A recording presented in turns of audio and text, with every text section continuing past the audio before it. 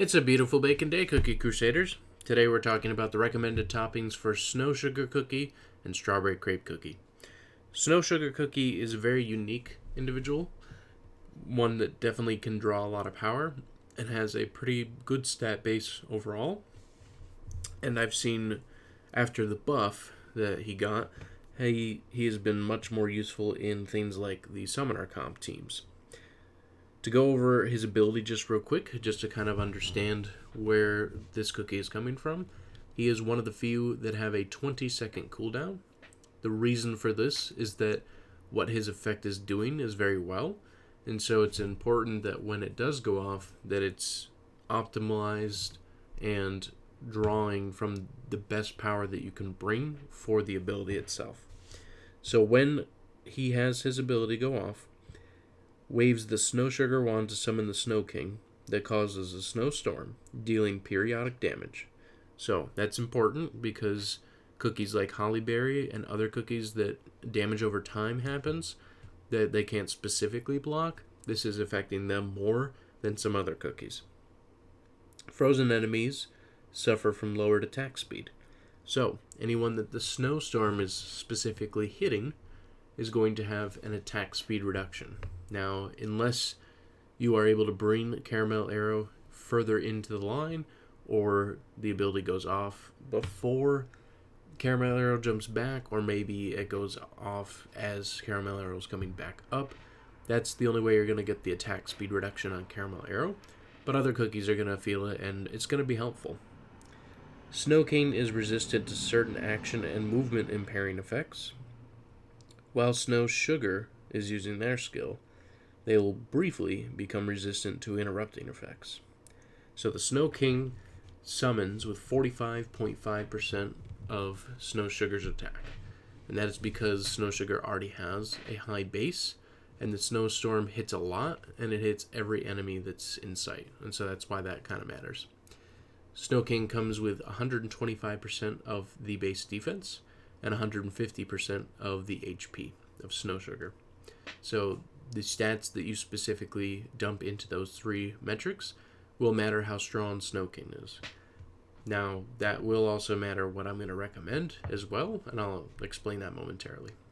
The attack speed reduction is 25% within the snowstorm range. So if it doesn't get hit by a snowstorm, a cookie won't be affected by that attack speed. Now, I'm running specifically searing toppings on Snow King.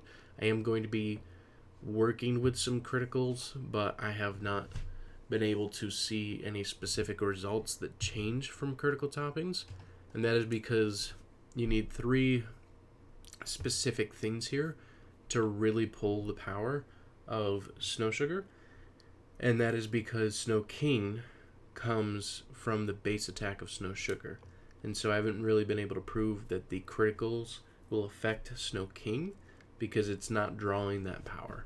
It's not coming from the base attack itself. And so I've tried searing, I've tried the criticals, I've tried some almonds. Searing's doing the best. Now, one thing I do want to stress is that this is not the perfect setup. What I would like the perfect setup to be would be maxed out attack percentages, maxed out damage resistance percentages, and maxed out cooldown percentages.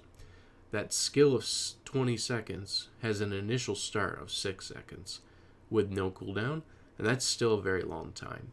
Not to mention with zero cooldown, it will take basically another 20 seconds to rebuff that attack into existence, which could be usually past the point of a match and how long it will last. And so that's really problematic for me to not have those on Snow Sugar right now, but as you can see, low on topping pieces. I've got a lot of searing toppings upgraded, and I just can't meet those metrics yet, as other cookies occupy those searing toppings for the moment, but we will get there. So what that would look like would be a 9% of each topping times 5, which is 45%, the set bonus, which would be 8%, so that's 53, and then 15 as a substat at max, which would be 68 attack percent. So the max of 68%, which is pretty good.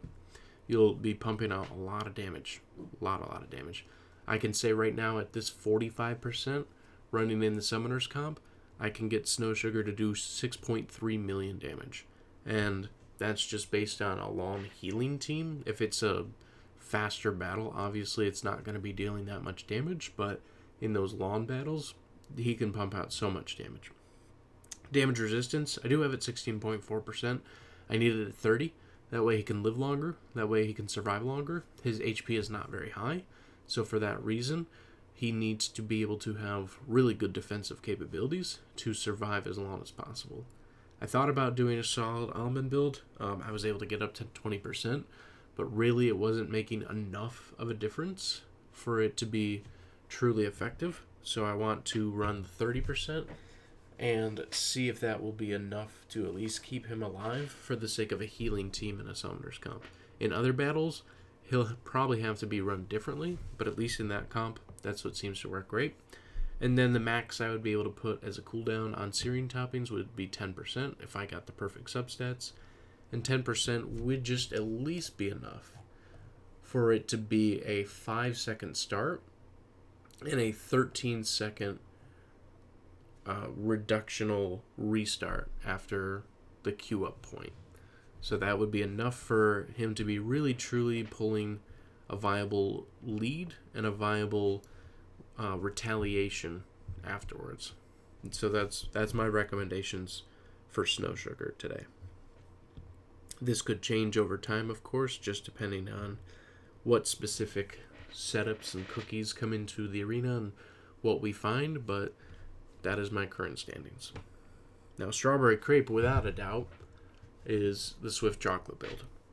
If you can, get this to 25%, because 25% on Strawberry Crepe means that you're going to have her damage resistance skill going off as many times as possible, and that's going to be really helpful and really strong. And so if you can get that up there, it's highly recommended.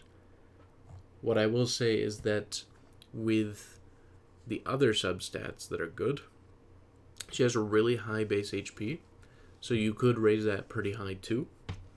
And in addition, she has a really good defense, so you could focus on a very tanky build in the sense of just keeping her alive as long as possible.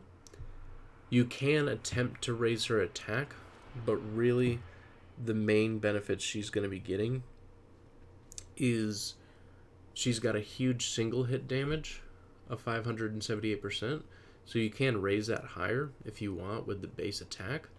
But if you want her to be there to survive and to be pulling the most defense for your team, the tank kind of style build will probably be what's in best benefit for you. But if you do get her to 25%, so get her all the way, she could have as low as a 3-second start, and she would have a 7.8-second retaliation for the secondary skill. My personal recommendation is at least the cooldown being maxed if you can. A good damage resistance just to give her more survivability too. As you can see, I don't have that capability yet with the toppings I have currently got, but that's what I will be working towards. And my last stat would really be put between attack or HP. If you put it in HP, it's going to at least give her a few more seconds of survivability in most cases. But if you put it in an attack, she'll be able to wallop some good enemies too. So it really depends on what you feel is a better setup for your team. But do consider both of those things when getting these stats for her. I'd love to hear in the comments your opinions. I'd love to hear what you guys have been running on these two cookies. What's been working for you? What's been helpful for you? Maybe you have some secret sauce that I've not yet discovered. Let me know. I'd love to hear it. Either way, thank you so much for stopping by, and you all have a wonderful day.